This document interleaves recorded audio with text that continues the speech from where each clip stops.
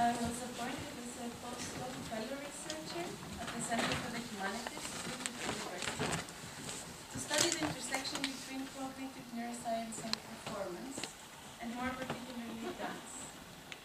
Although I had never been busy with neuroscience before, I decided to apply for this position. Firstly, because I needed a second job.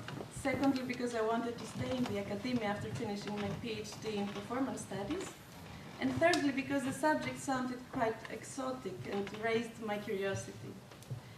So after the interview, I was selected for this post as the person who knows about performance, and with the task to explore the recent scholarship that seeks to connect brain studies and performing arts practices from the perspective of performance studies and the humanities in general. The overall aim of this position is to suggest what strands of empirical and theoretical research are worth taking in this cutting-edge interdisciplinary field, and how humanities and cognitive sciences can meet and intersect.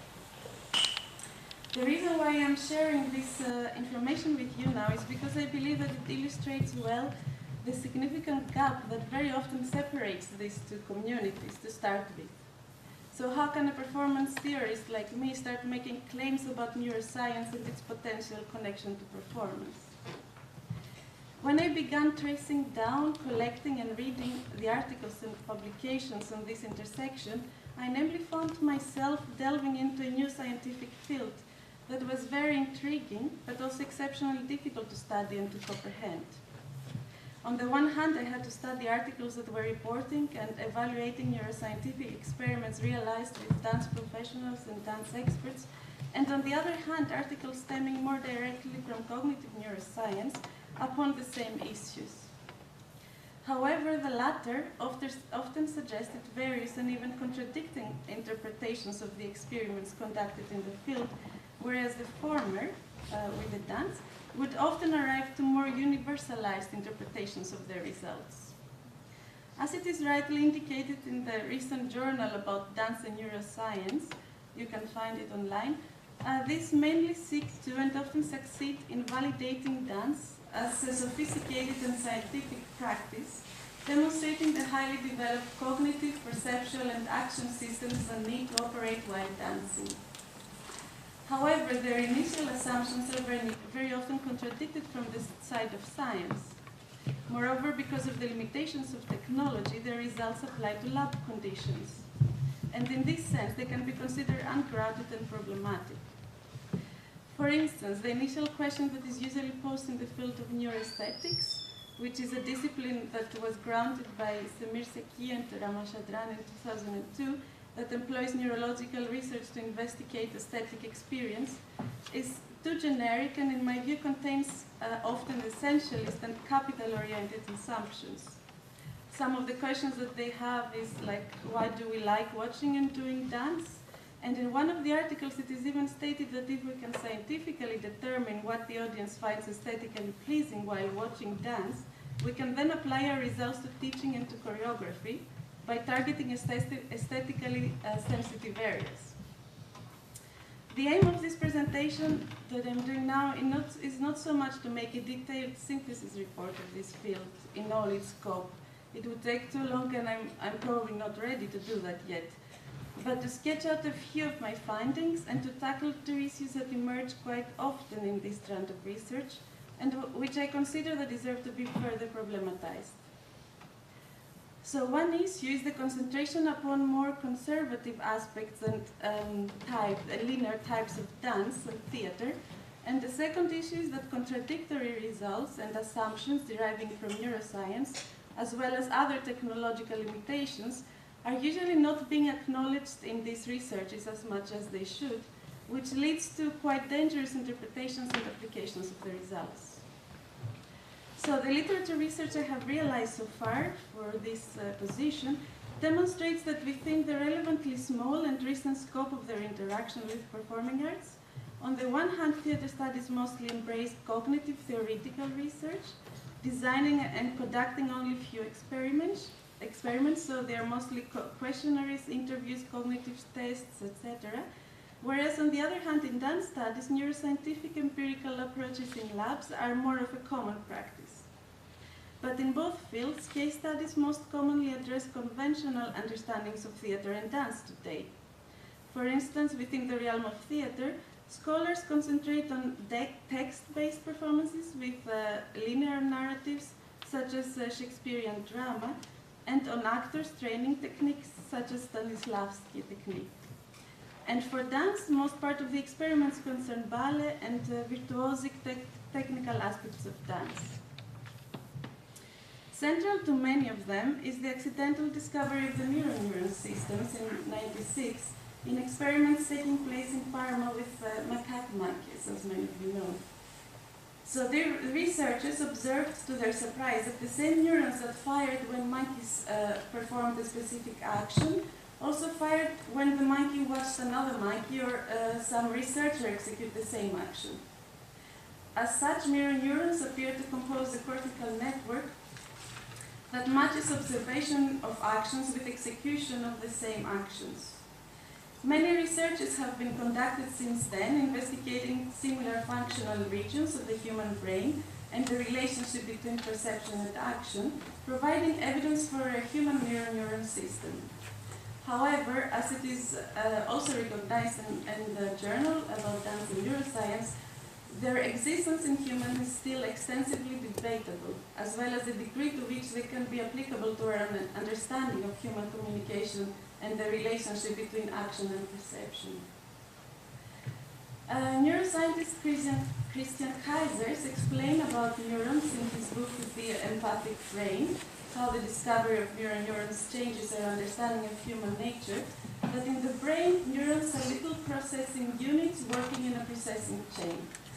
They receive inputs from neurons that precede them and send outputs to neurons that come after them, which are of a chemical nature.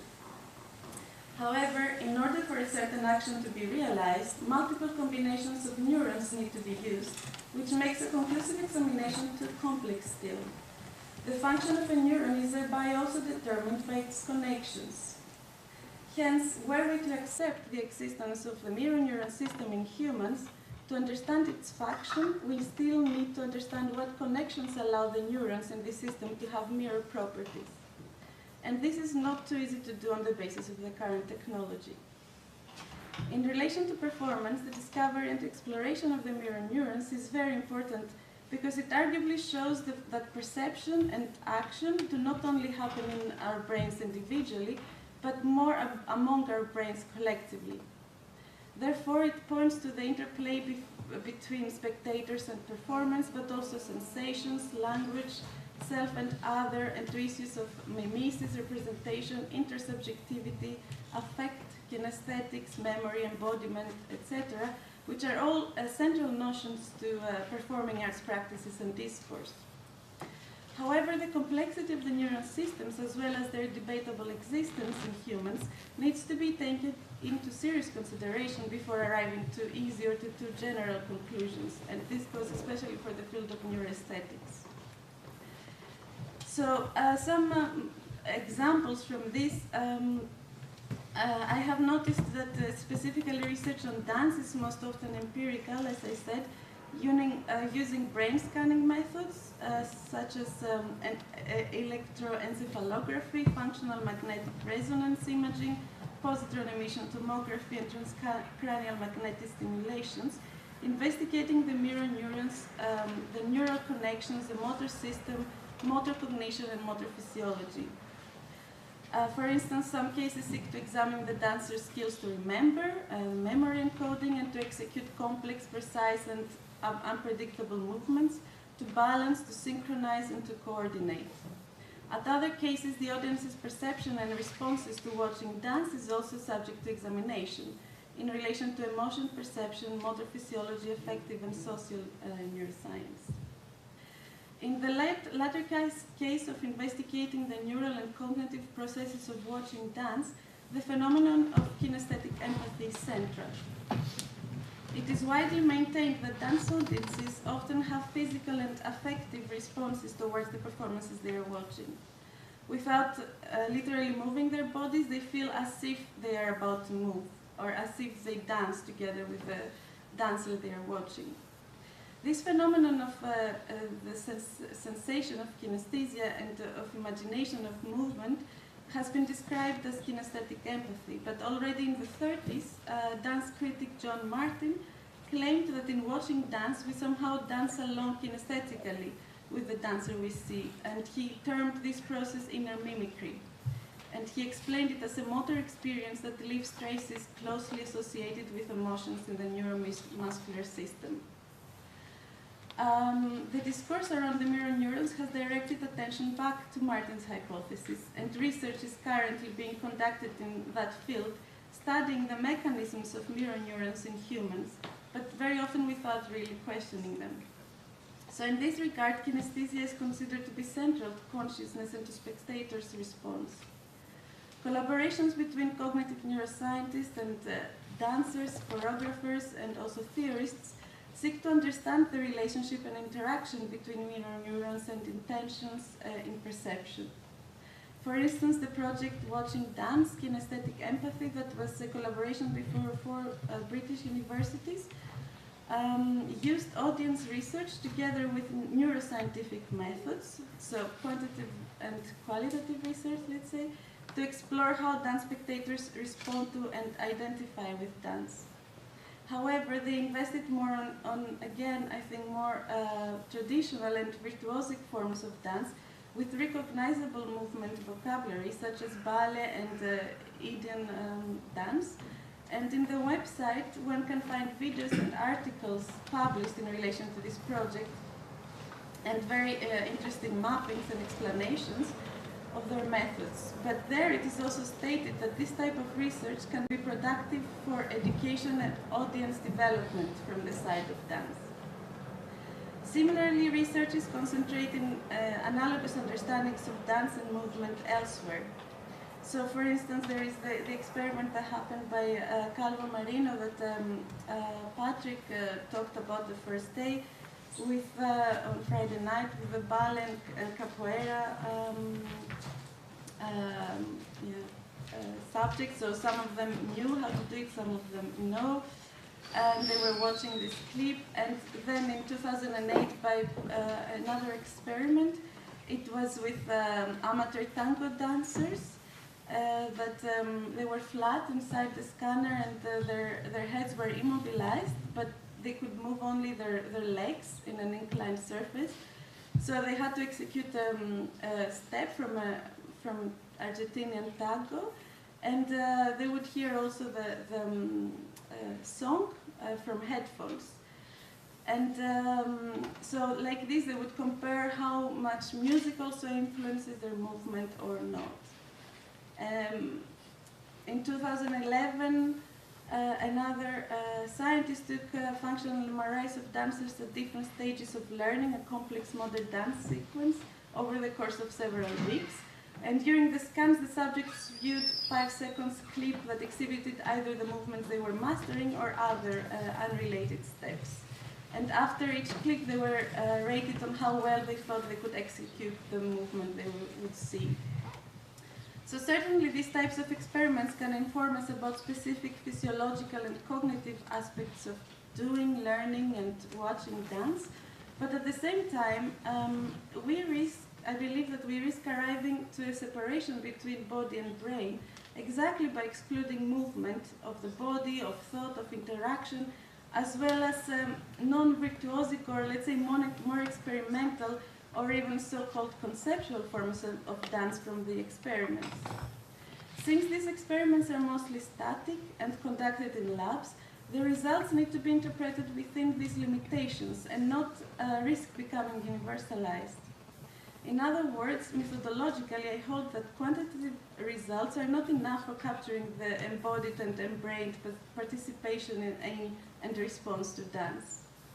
Performance scholar Freya Fasre argues in favor of cognitive rather than neuroscientific approaches of dance in her PhD dissertation for similar reasons. She additionally highlights that cognitive approaches are often considered reductive, whereas neuroscience, and I quote, is perceived of as connoting a harder, sexier scientific practice and that the unfounded use of the term neuroscience further fosters reductionist views of a field that is in fact broader in practical scope. There are a few cases, of course, in which such factors have been taken into account and decisions were made to compromise on the accuracy of the results, perhaps, but to invest on more ecological technologies, such as experiments of eye tracking study and of transcranial magnetic stimulation by Corina Yola, I don't know if you're here, while watching a performance live in the theater, as well as other examples of a combination of cognitive approaches, like questionnaires and co-design tests with choreographers, and philosophical approaches. In the case of Random Dance Company and the Forsyth Company, the motion band. So against this quite limited background, because there is much more going on, I do not yet have clear answers and clear suggestions. However, I do think that it can and already tends to normalize and even moralize our understandings of the human body, brain, action, and perception, unless the limitations become acknowledged in the interpretations of that the results reach. As this type of research does not happen only within the framework of performance, but is spread along more disciplines, such as cinema, music, visual arts, and with a special focus in neuroaesthetics, and we have the disciplines of new branches in neurophilosophy, neuroart history, and so on, as well as the so-called creative industries, such as advertising, design, and games, use neuroscientific experiments in which also creativity and knowledge become the economic resource. The urgency of experimenting with combinations of methods seems crucial in these intersections. But even that, I believe, that cannot be feasible or fertile unless a theoretical and critical discourse is developing alongside. For instance, there are books that are considered already quite old, like the Post-Dramatic Theater by Lehmann, where this new language, because of the impasse that we had on Friday with Patrick and his terminology of slowness and so on, they already demonstrate and argue of this new discourse that has been emerged for the last decades in performance. So it's not difficult to get to understand this language even through books or the different perceptions. So with a view to continuing the research of this field in all its complexity, I would like to conclude just by quoting a neurophilosopher, Julian Kieferstein, who argues that, I quote, "A view of people as identical with their brains can no longer be sustained. We must look beyond the brain if we are to look to science to tell us what we are." Could you say that again? A view of people as identical with their brains can no longer be sustained.